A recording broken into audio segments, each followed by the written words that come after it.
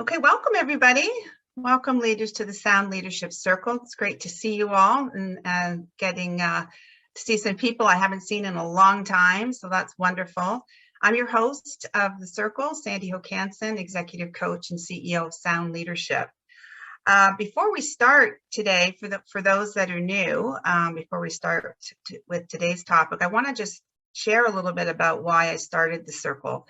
I started the Circle 5 years ago, and I wanted to have a forum for leaders to support each other and share from each other and inspire each other. And so when I do host the Circle, I invite a leader to discuss a particular topic and share their experiences with the group. And then at the end of that session, we have a Q&A as well. So it's a great chance for people to learn from each other and pay it forward. And so if you want to speak on the Circle, I'm always looking for people that want to participate as well. If you missed our last session, we had a fantastic discussion with Martino Brambrilla, who is the president and CEO of Embassy Ingredients. And he was discussing the disruption that we've all been experiencing with supply chain. And if you haven't seen it, you can find that on my website under the resources section, or you can find it on my YouTube channel as well. Okay, so today we are going to have a very special guest. I'm thrilled to have Bob Crouch with us today. Bob and I have known each other for 10 years. We actually met when Bob became my boss at the Adecco Group. So Bob was CEO of the North America Zone from 2012 to 2017. And that was the time, during the time, I was 14 years in charge of the Canadian subsidiary for the group. So I worked with Bob and a lot of other people, and some other presidents I see joining today on our session sat on the President's Council that Bob ran for North America. The group, just to give you a little bit of and I can say this because it's publicly traded, but just to give you a little bit of the size of the group that Bob had under his responsibility, did about $5 billion of revenue in North America. And we were the largest and most profitable region, number one or number two. I was with France, they're number one or number two in the world. So Bob has 20 years executive leadership experience in the staffing business primarily. He's an accountant by training. He has his master's in accounting and tax. He started his career as an auditor with Arthur Andersen. And I have to say from firsthand experience, Bob's strength is absolutely creating high-performing teams. But the secret sauce is really creating a sense of belonging. And when I mentioned I was CEO for Canada for 14 years, this was the best leadership team I worked with and the best leader I worked for during my tenure at Adecco at the zone level. It's just fantastic, Bob, to have you with us today. I'm thrilled that you're here and sharing your expertise with us on the Circle. So welcome, Bob. You can just unmute there yourself and. Got it. Good afternoon, everybody. Thanks, Sandy, for the introduction. Lauren, Tara, I see you guys waving. Good to see you guys. Haven't seen you in a while. Yeah. Nice to see a lot of familiar faces. Yes, it is, for sure. So it's always great to get started on these with just telling us a little bit about your leadership background, Bob. I know I've given everyone kind of a Cole's Notes version, but tell us a little bit about your leadership experience. Yeah, I'd say, you said I started in the public accounting world with Arthur Andersen. I had a master's in tax, and I learned about 3 weeks into the job, I was terrible at it. I was like, I gotta get out of here at some point in time. And then I switched to the audit side, and that was more client focused. So that was fun. So you getting out and meeting different clients, different business opportunities. So did that for a while, then jumped over to a company called AccuStaff, which was a publicly traded staffing company in 1995, and we were about 300 million in revenue, and then we blew up to about 3.5–4 billion in revenue in about 3 years. So through a lot of acquisitions and M&A. So we did that, and those were good times, good fun times, late 90s, and all of a sudden, with Y2K and everything blew up, and A lot of companies went out of business in our industry that were trying the same thing at that time. And we, that's when I became CFO in 2000 and kind of jumped in. Then we had to integrate, the 100+ companies we acquired. And we did that, I'd say mostly successfully. There's a couple of hiccups here and there, but I did that and rolled that. And we went through, obviously went through that. It was a crazy economic cycle in early 2000. And that's when I got, took over as CFO, and it was tough times, but we motored through that. And again, in the cycle in the credit crisis in late 07, 08. And then 09, Adecco came knocking at our door and probably had some, fatigue on the board side of things. And people, for one reason or another, we decided to sell to Adecco. So we sold in 2010. And then I left and had a non-compete and kind of sat out and did a little consulting for a couple of years. And then from what was described to me, from Patrick, the integration was not going so well in the US with the old business, the old Adecco business, which was, 3 billion something, and the MPS group business was 2 billion. So that wasn't going well. So then he came back and tried to convince me to join. I kept saying, no, you don't want this kind of culture. I said, it's a different culture. I'm going to come in and do it a lot differently than what you guys have done in the past. And I don't think we get along. He's like, nope, you can come in and do what you want to do. So came back and rejoined in 2012, and it was a great decision. I'm glad I did, and met some incredible people. But it was funny. It was different times. And if we go back to that first President's Council meeting in Chicago, when I walked in the room, and it was, it was ice. There wasn't anyone smiling, and it was just everybody staring at each other, heads are down in a meeting. I'm going, wow, what did I do? I was like, what's going to happen here? But so that's a little bit of background on it. But amazing run from 2012 to 17. And I think if we go from that first meeting to the last meeting, what a difference that was. So yeah, absolutely. Thank you so much for setting the stage. So we got a feeling of that, and I remember both of those meetings, so I know exactly what you mean about the feeling in the room. So let's talk about that, because this is a perfect example of that, you coming in at a very senior C level and having, I can't remember how many presidents there were that reported to you, but presidents that could have 500 million or a billion or a smaller number. There were some specialty groups, but presidents that ran significant groups, and of course for me with a different country. So these people are executive leaders. So when you came in, what do you think was most important for you to kind of get right to set up the team for success, especially when you felt that the culture, that you wanted to take the culture in a different direction? What's most important? Yeah, for me, it's like trust. Trust was, I had to get you guys to trust me.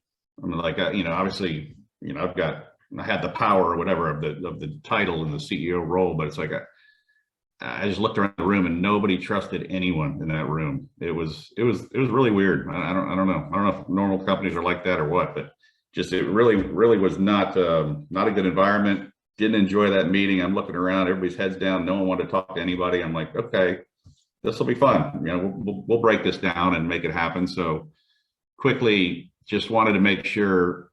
I tried to follow up, meet with everybody individually, but then let everybody know and I think I had an assignment for that meeting of, look, I want to see what you think about your business, and I want you to talk about, what are the issues with everybody else's business or the culture? What do you see? How can you improve somebody else's business? So we got us talking right away, and you could tell, I don't know, you just read the room, you can tell, okay, nobody respects this person, or nobody respects, or everybody does respect this person, and you can easily figure out real quick who are the keepers, who are the players, who's going to be a team player and who's not. So yeah, I think that was important, of just right away figuring out who's not going to be on the team and moving forward, just to get the culture a little better. Right. Yeah, trust, getting the team to trust. And of course, I was just talking to in a workshop this morning, and a couple of people are here from that, about trust, that you can't, it's not immediate. It has to be earned, right? And so you had to, and you said that, we're going to work together and build trust, and you had to establish that was a priority for you. I also really like the focus on who, observing and taking for leaders to really understand who was going to play and who was going to be a team player and who wasn't. Because sometimes I think, and I know I've done this myself too, I've done both things. I've acted too quickly, and I've also sometimes taken too long to act. So I think for leaders, it's always, okay, when do we act on people, on knowing when people are, you do have to make a change. And so I think it's interesting to hear you say you got to kind of act pretty quickly. Right? That's what you were saying, right? Yeah. I think so, totally. It's, I knew obviously a lot of people who came from MPS groups, so I knew that side of the room, and even that side of the room wasn't happy. And I'm like, wow. So looking at the other side of the room, and I personally think the culture was more of a corporate push down culture, which I don't agree with. I agree more about, performers in the field and all the different divisional presidents. They had to own, their business, and corporate functions are there to support. We're not there to dictate, and we're not there to, tell you how to run the business. But, obviously, there to support and make sure everything's in line. You got to follow the rules. But it just, the authority was really kind of kept in at the CFO level or something like that at that point in time. And that to me is backwards. So that was the easiest thing to fix. It's just like, gosh, this is a no-brainer. Let's do that. Let's make sure we trust each other. Let's see who wants to play on board with this. And, a lot of people did not. So that's, that was going to be the absolute culture was going to be the field, and the divisional presidents are going to run their business. We're going to support. And those who did not want to get along with that was the easiest first thing to fix, because I had to get that straight right away. And then after that, it was just, then it comes down to performance and who wants to perform and who's going to be a good member of the team. But that was the number one culture that we had to fix immediately. It's interesting. So empowering, and this is one of the things that I felt as a member of your team and as a president on the team, did feel empowered to make decisions and to work for the best for the regions and the countries that I represented. And empowering people is at a very senior level it's at every level. It's important. Okay, we all want people to lead at every level. We want them to lead from where they stand, but empowering senior people is really makes the difference, I think. And I really felt that. And in this example, it was great also to have the support globally for that too, because we did have that initially, support for that globally too. So the larger the organization struggles sometimes in getting that right, and it's, we swing from centralized to decentralized all the time. Right. Yeah. Okay, great. So one of the things that we experienced too, as members of the team, was the camaraderie that was built up. So I want to specifically, and I learned a lot from you on this, to not overlook and to invest in this and to not take it for granted, and to make sure there was time for fun and getting to know each other. So why is that so important to you? And maybe share for everyone just some of the ways that you made that happen.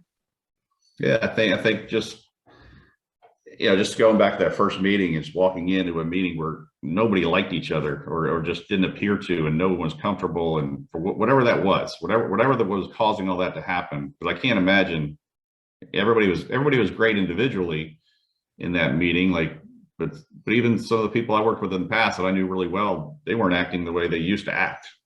And I'm sitting there staring at them going, what is the problem? What's the elephant in the room? They're just trying to get rid of that feel and trying to pull everyone together. And I think the easy way to do is sort of try to start introducing, okay, well, David, and Tara's so it made me think of it, really, really good at search engine optimization and everything they did there. And nobody else really was, but I was trying to okay, how do I tell everybody, do what David's doing? Or how do I tell everybody, do what Tara's doing? So it's like trying to ease everybody in and kind of sell that to the rest of the group. It started out slow, but all of a sudden everybody started opening up their kimonos, started saying, hey, here's what the weakness in my business. And once everybody started trusting each other and no one was coming after anybody, it's just like we want to get better and we want to develop. And So obviously there was a social aspects of trying to bring everybody together and have somebody host it, and dinners and things like that, which I think are really important. But it was more like almost in those meetings trying to get everybody to see, if you're good at something, share it with the group. If you need help, ask for it.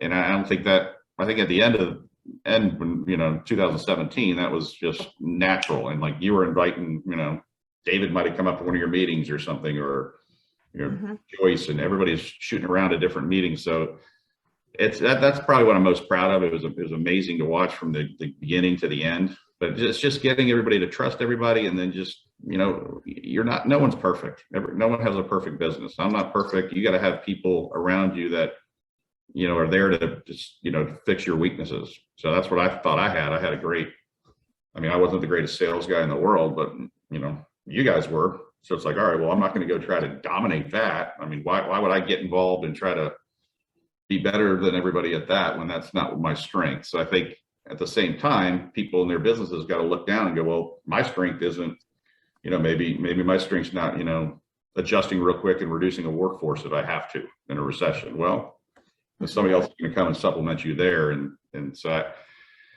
I think they just the trust and the honesty, and really being able to look at yourself. And the good thing is everybody was able to do that. I had a great team. So I was kind of lucky in that respect. Yeah, you said so many good things here, taking so many notes of just all those little nuances. But just the first thing I think was trying to get people to share their what was working well and their expertise with the team. And I know I benefited from that. I mean, Tara, you've heard to Tara, she came up to Canada too and shared some of her expertise at one of our meetings. But we did have presidents go back and forth to each other's meetings and speak on different topics. And not that didn't happen before. We did leverage other people in the organization, of course, but this was just a little bit more connected and personal and helpful and supportive. So in the approach, because sometimes, all of us, I think, have probably been in a situation in an organization where people are showing up to help, but it doesn't feel like help. It feels like something else.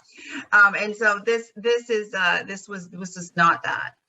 So that's just a little tip for everyone here to remember is, how often are your teams sharing expertise, and how comfortable are they going back and forth with each other, and really supporting that person and giving them something. So that's fantastic.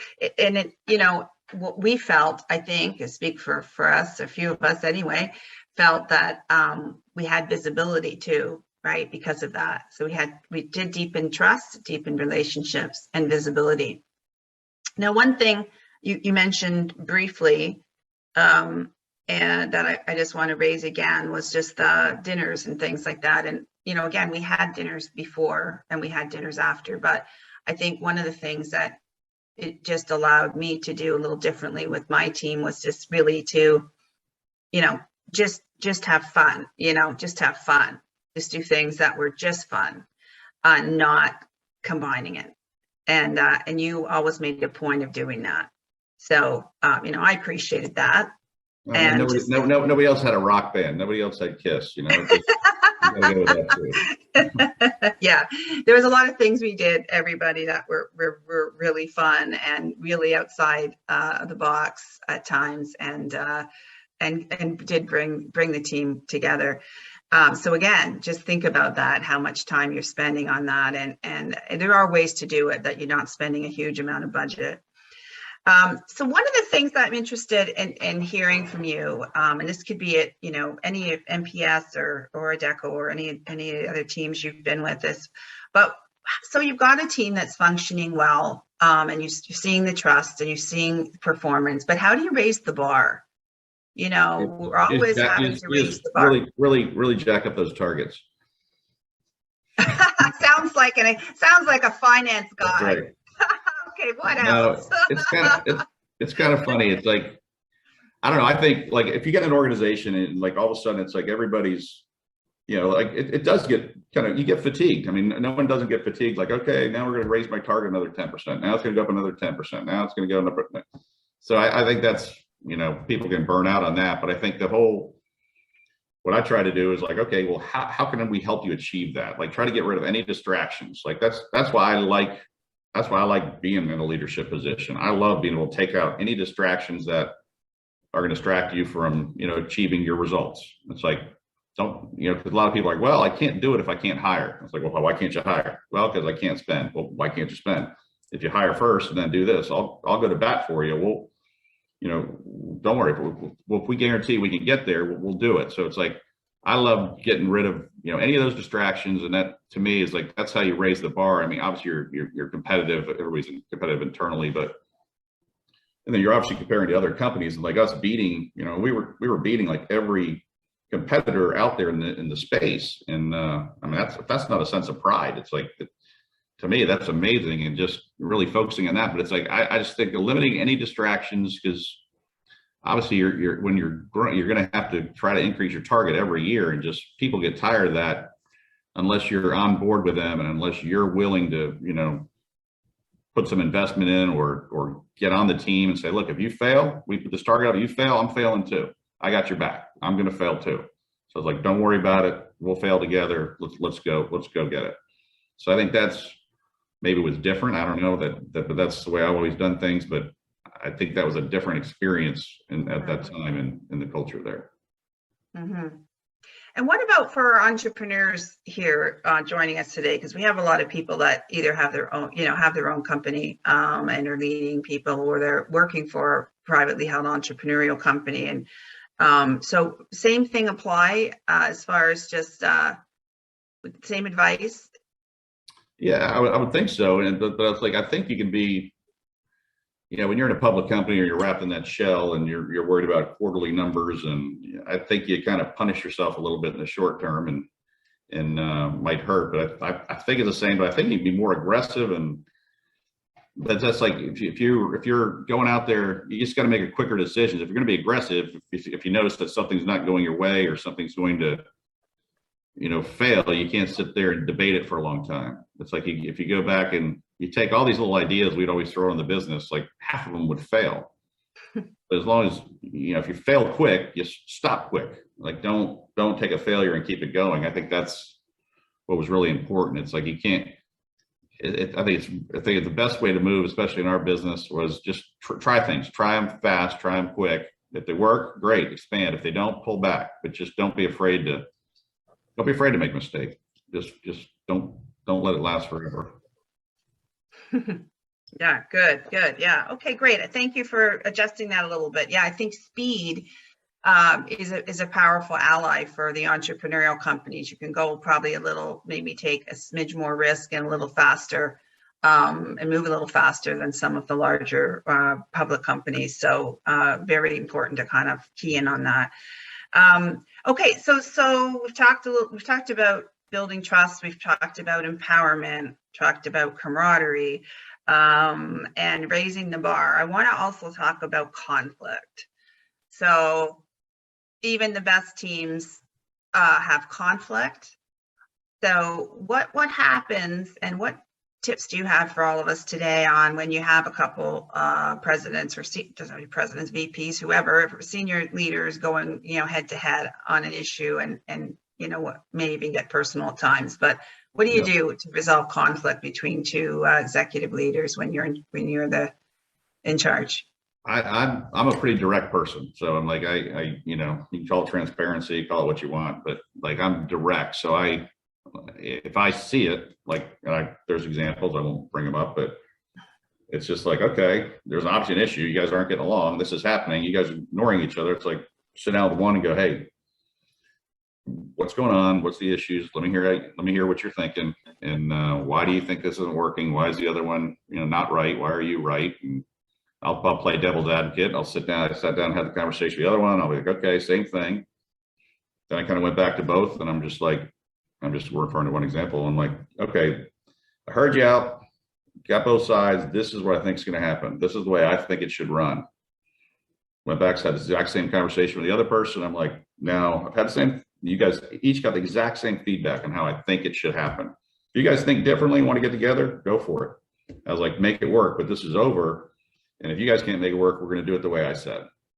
but I might not be right, but you guys figure it out. But that's it. And it kind of, I don't know. I think that, I don't know, it worked for me because I can't stand having that stuff hang around. I want to address it and get on it quick. And I don't mind being wrong, but I'm like, if I'm wrong, you guys figure it out. Don't care, but it's going to get figured out. We're gonna have a solution. No pride of authorship at all.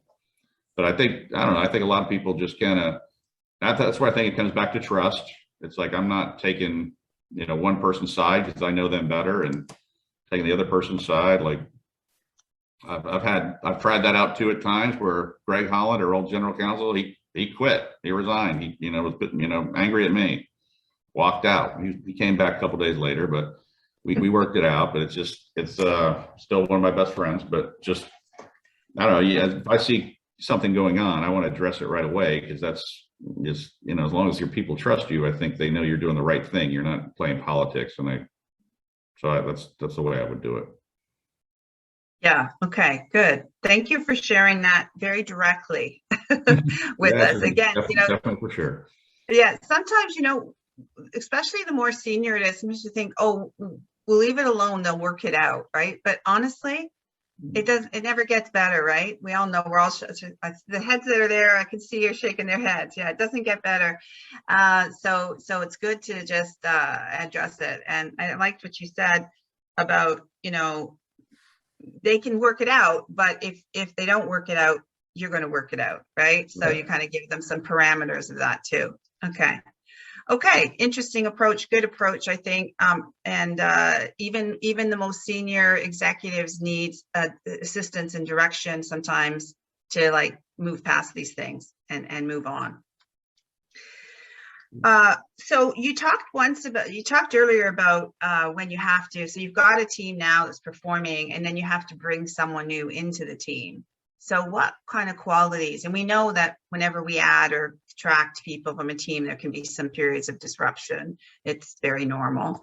It takes a little while then to get back into a performing phase. So what qualities do you look for if you're adding to? So if people here have some openings and are looking for qualities, just what would you look for, Bob? What's most important to you? Obviously they everybody's got to be competent at their job or can do it. But I think attitude's everything. And I always look for somebody who has the it factor. Like, what is the it factor? Well, it's kind of like you just, they got it or they don't. It's like they've got a good attitude. They can see where things are going. And it's kind of like the old Wayne Gretzky, skate to where the puck's going to be, not where the puck is. So I always like, and they just got to be able to fit in the culture. Like, I'll just go back to, when the IT was going a little bit weird for us, like Phil No's a perfect example of a guy like, okay, can he adjust to the culture? Is he going to be able to sell? Like, we would have to sell what's going on, like from an IT standpoint. Now, that's not your typical IT guy who's going to sit there in his office with his door black box shut, just kind of working on his computer. It's like, no, we need somebody who can get into business and who can get out there and dive in and sell what we're trying to do and listen to you all. And so that's a good example of bringing a guy in, I think, who was very much needed, had an extremely difficult job.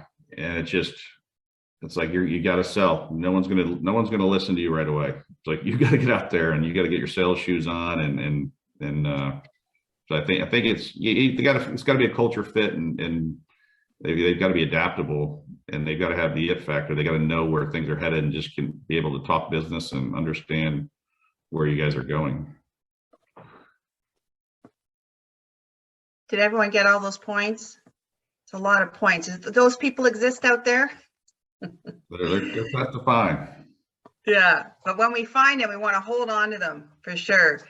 Okay, I want to open it up for a few questions now. I've got a couple other questions for you as well that we'll close with, but I want to open it up for questions. So we're going to open up you can unmute and ask Bob a question now, or put it in chat, and I will ask Bob. So just give you a minute here to figure that out, and please go ahead and put your hand up if you want to use Zoom, or just unmute and ask away here. Who's got a question for Bob? Hello. Hi, Lauren. Hello. So I experienced as part of the team underneath Bob at that period of time, that kind of what I would call that ability to use trust to go faster, that speed of trust that we've all heard about. Do you think, like, what was the time, like, was there a time frame you can remember, Bob, like when that kind of clicked, or was it like starting to go ahead and then you felt it going back, just from your viewpoint? Because I think that correlated to the success at the time, because if you trust, you can go really fast. Yeah, I think it started picking up momentum like when we started making some kind of changes on the corporate side that, for people who are sort of culture killers and who were not, not on the team. I think once that happened, and then you take, obviously Joyce, Sandy, Jack, like everybody's starting to feel like, okay, all right, I see where we're headed. Now let's go. It's like, so I think that it started probably 6 months in, like 4 to 6 months in, and then really probably picked up steam like, the next year. That's when everybody, I think the divisional presidents started, getting along and speaking to each other more, and just everybody kind of got on the same team. But until then, it was interesting, but it was, I don't think it was too slow, but slower than I would have liked. Thank you, Lauren. That was pretty fast. We felt the change pretty quickly, I think. We've got a question coming in through chat. So how do you build culture when performance is good, but culture is waning? So, you're not seeing it in the numbers yet, but there's a feeling that culture is off. That's it. And tough question, but I think if performance is not there yet, is what you're saying. So yeah, you think performance is good. It's good. It's just not high performing, but the culture is off. There's something, it's not showing up in the numbers yet. It's not affecting the numbers so badly yet, but the culture isn't right. Yeah, I think I don't know. In my experience, it's like if you got to, like, I knew it was wrong, like at the senior team. So it's, and I think it cascades down. Like when I knew things were off and there was no trust and everybody's going a separate direction. We still we weren't performing yet, but it's like, and then as that starts to change, it's going to come. So I think it definitely starts at the top. I'm not saying it's the CEOs only, from the top. I think it's just as it cascades down. It takes a little while. It takes a little while for, okay, I trust that guy. He's not bad. He's going to have my back. So then now I'm going to push it down a little bit. I'll push it down a little bit more. And I think it kind of cascades through. That's why I think when things can be performing great, and then all of a sudden you make a couple changes at the top, and that might take a little longer to cascade all that stuff back down. It's just, so I think it's, just as long as you get it right at the top and everybody's getting along and everybody understands the objective, the directives, and where we're headed, and there's a lot of trust there, then I think, it'll obviously affect the culture. It'll ripple down, and then people want to join a good culture. I mean, you're going to have a culture whether you define it or not. I mean, you're going to have a culture. So do you want it to be a good one, or do you want to just let it define you? You've got to work at it and make it a great place to work. I mean, not to take that survey and use it, but you got to have a great place to work. If you don't do that, especially in a people business, it's going to fall apart. Yeah, I love that line. People are going to want to join it. No, sorry, you have a culture whether you define it or not, right? Exactly. Yeah, it's so true, right? Every day, it's a living, breathing thing. Okay, hopefully we answered the question there. I think one of the biggest takeaway from that was top down, to get it right at the top. If it's not right at the top, there really isn't, culture bubbles up and bubbles down. It's everywhere, but it really can get stuck at different gatekeepers along the way and not go too much farther if it's not from the top. So I think that was really important, Bob. Okay, we've got time for one more question before I jump back in. Who else would like to ask Bob something? Someone else got a question for Bob?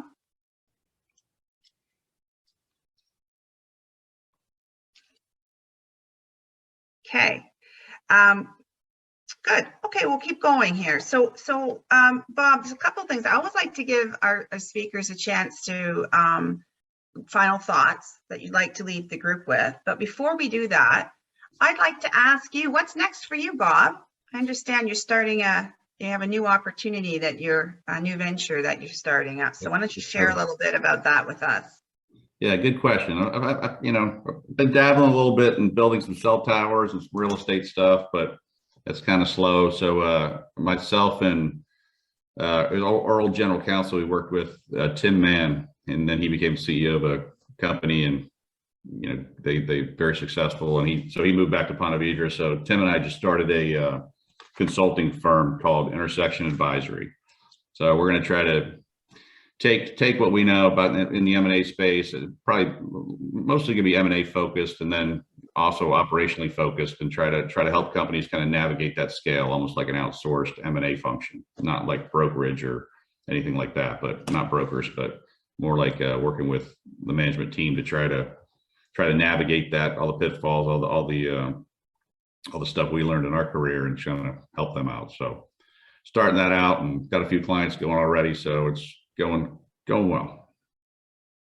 That's fantastic. Congratulations. I Thank can't you. wait to hear more about that. And if there's anyone here on the circle that is looking at M&A options and wants some assistance, please reach out to Bob. You can find him on LinkedIn. And I can't say enough about how good hands you'll be in, particularly around the consulting on culture and what to do and how to integrate. So that's fantastic. So final thoughts over to you, Bob. What would you like to leave the circle with today? How would you wrap this all up as a good takeaway? I would just, if it, based on culture, I was lucky to work with a lot of great people. So like you gotta, obviously, that's huge. You gotta find great people to surround yourself with. If you don't, you're going to have a tough way to go. And I think you got to empower everybody. Like I don't, like you may, when I started early in my career, I thought everything was about knowledge. Like I had to have all the knowledge. I had to know more than that person. I had to know more than the partners. I had to know more than, the next guy. And you, when you're young, that's probably natural, and you do. But as you get up in the organization, it really doesn't matter how much you know. It matters how much everybody on your team knows. And there's nothing wrong with saying, I don't know. I think one of the most powerful things is to say, I don't know. It's like somebody comes out with you, don't come up with the wrong answer. Like I'd always say, like, I don't know, but let's talk about it. Let's figure out an answer. And let everybody, you got to empower your people and surround yourself with great folks. Because if you don't, at the end of the day, you're just so limited on what you know. So I was really fortunate, and I'm glad I got to, you guys felt empowered, and I think that probably cascaded down to everybody in the organization, because once everybody feels empowered at the top, they keep passing that down, and everybody's working in concert. So I think that's huge. You just got to make sure you have the right people and set the tone at the top. And I don't know how you don't succeed if you've got a great culture doing that. That's fantastic. Love all those points. Surround yourself with the right people, empower them. Don't be scared to say, I don't know. And it's so true, when we're young, we think we know everything. Right. And the older we get, the older I get, I realize how much I do not know. So I love what I'm doing. I learn every day. I was a lot smarter 20 years ago than I am now, for sure. Yeah, that's right. That's good. We know what we don't. We know what we know. We know what we don't know. That's very powerful. Okay, great. Well, thank you so much, Bob. It's just been great to have you here. I'm excited about your next journey. I'm thrilled that you've been able to pay it forward and share your thoughts with us today on leading executive teams. So thanks a lot to see you. Thank you, and good to see some familiar faces. Yeah, Bye, great Bob. to see everybody. Good seeing you. I know. Love seeing everyone. Yeah. Thanks everybody for joining. Bye. Take good care, Thanks, everybody. Bye. Bye-bye. Bye. Bye. Bye-bye. It was a pleasure. Bye-bye.